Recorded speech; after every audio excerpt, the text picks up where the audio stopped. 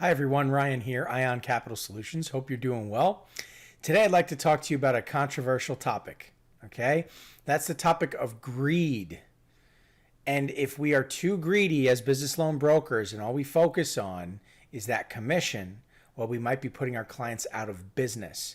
Is that really a smart approach? I mean, forget about the morality of it for a second, but is that smart for us? Are we going to be able to earn our commission, keep our commission? Is there going to be residual, repeat business?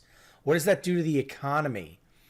If you're not making time for the answers to these questions, you may be part of the problem. You also might be doing yourself a disservice. So let's talk about it.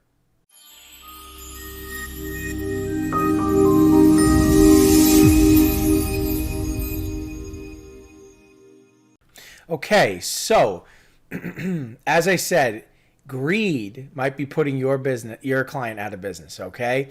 And you may be part of the problem if you're not part of the solution, okay? And you have to understand that if you're just trying to earn that commission by any means necessary, you might actually be doing yourself a disservice, okay? Because that commission will be clawed back. You will lose your commission.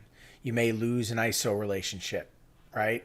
As an ISO with a lender, you're going to definitely lose a client. There's more here to this than you realize. So let's dig in, okay? Because it's a very important topic. Anybody in this space should pay attention to this topic, okay? As a business loan broker, you have a decision to make, okay? You have people in a position where they are essentially stuck in a hole. It's a business that is in need of help. Right?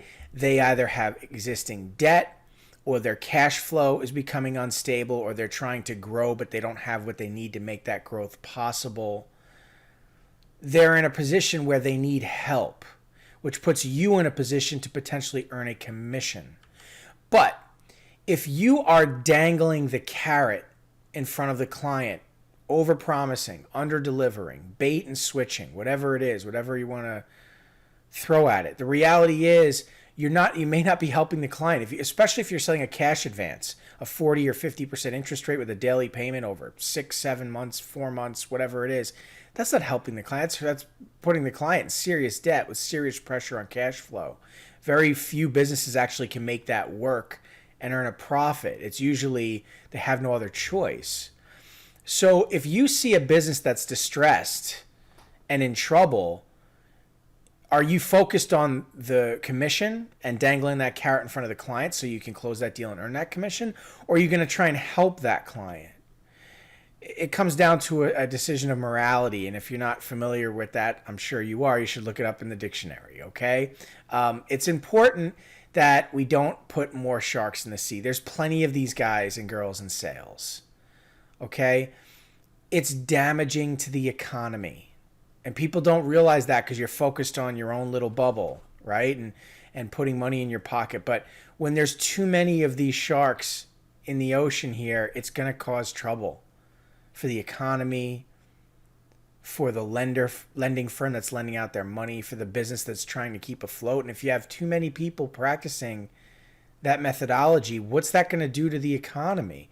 We need more people doing the right thing, helping businesses grow, stabilizing our economy, especially when there's inflation, especially when there's trouble, especially post-pandemic. We need to sustain our system, not put too much pressure on it.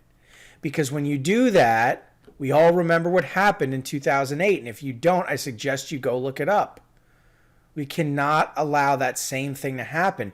And ever since 2008, when the banks started saying no to businesses, and we started saying yes as private money lenders and brokers, the power shifted over to us. But if we don't learn from the past will repeat itself, maybe in a different way, but it's the same end result. We have to practice ethics and morality. We cannot allow it to grow out of control and snowball because it will greatly, greatly damage the economy, especially when you take the pandemic, inflation, and everything else and combine it all. It's a recipe for disaster. Okay? There's a balance to our system, not just in the world, but in our, or I should say, not just in our country, but in this world. We all have a part to play. We need to understand how it works, how it all connects, what our role is in it. You may be looking at this and saying, I don't really care about this. I just care about, earning a commission and paying my rent or my mortgage or whatever it is. If that's your mindset, you're part of the problem. And it's not going there's no longevity there. And it's going to blow up one way or another. I can guarantee you that. Okay? You have to know what your piece of the puzzle is, what you bring to the table to make the equation work, right? If you look at these four hands for a second, you have yourself as the broker, you have the lender, you have the borrower, and then you have, of course, their employees, their customers, the function that business plays in the economy.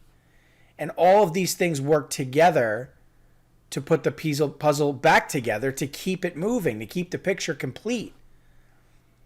That can't happen if you're dangling the carrot, if you're bait and switching, if you're putting pressure on a business that's going to eventually go out of business, whatever it is. It's really going to hurt the economy, the business, your pocket. It's not a smart decision, because our role is to help businesses grow their money. Lenders want to lend money to businesses that are growing, expanding. That's why they tell you what their use of funds is when you sign up with them as an ISO and they send over their capabilities packet. You have to understand money's for growth. Even if they want to pay off another loan or do a payoff in net situation, only 50% can be a payoff. The rest has to go towards the business, towards growth. And if they want another loan, they better show positive credit history and growth. Otherwise, it doesn't make sense to inject that business with cash, because they're not able to make more money with that money. There's something called positive debt and there's something called negative debt, appreciating assets and depreciating assets. Right? Positive debt is good. You leverage other people's money. You turn that money into more money. You earn a profit. An appreciating asset is good. You purchase it and invest in it, and in turn it pays you more money, like investing in real estate, turning it into an Airbnb, or fixing it up and flipping it, whatever it may be. A depreciating asset, like buying a car and it just loses its value over time. You have to understand these things. Your lender partner absolutely understands these things. When it comes to funding your clients and helping your clients, your mindset needs to be here, because it's going to determine whether or not a deal is doable. It's going to determine whether or not you collect and keep a commission. It's going to determine whether or not that business stays in business. It's going to determine whether or not the client has realistic expectations. And ultimately, collectively, it's going to determine the health of our economy. Understand, you are looking to attract clients. You're looking to convert you're looking to attract leads or interested parties. You're looking to convert them into clients, but then you're looking to retain them, hold on to them for repeat business, residual income, whatever it is, renewals. You don't have to collect a huge one-time commission check. I know it's attractive to give someone $100,000 or $200,000 with 10 points stacked on and collect a $10,000 or $20,000 commission. There's lots of ways to collect that money from a client without losing that client. Think about the long term. Play the long game. Do you always want to be in a position of chasing down new business? Or do you want to have a book of business that matures over time, a Rolodex that keeps feeding you, and eventually not have to constantly chase down new business, but have a Rolodex you can flip through that feeds you for the foreseeable future? That's what successful salespeople understand. Relationships. What kind of relationships are you forging out there by giving somebody a high interest, short term, high frequency loan? They hate it. They hate it. They may have to try and fit that square peg through that round hole because they have no other choice, but they don't like it. They don't want to do it again. They don't want to work with you again if that's the value you provide. Think about it. It's all about perspective, right? Anyway, important topic. Those of you that stuck through the video, I really appreciate it. Those that didn't, they're part of the problem. They really are, and we need more people helping here, because we need to keep this economy going. This is how we make our money as business loan brokers. We need to help our economy sustain itself. We need to help businesses grow. If we want a long-term business model of being loan brokers for the foreseeable future, we need to practice ethics. Otherwise, we're going to go out of business in a hurry. just like that business that we over leveraged. Anyway, that's going to do it for this topic. Thanks so much for your time. I'll catch you in the next video.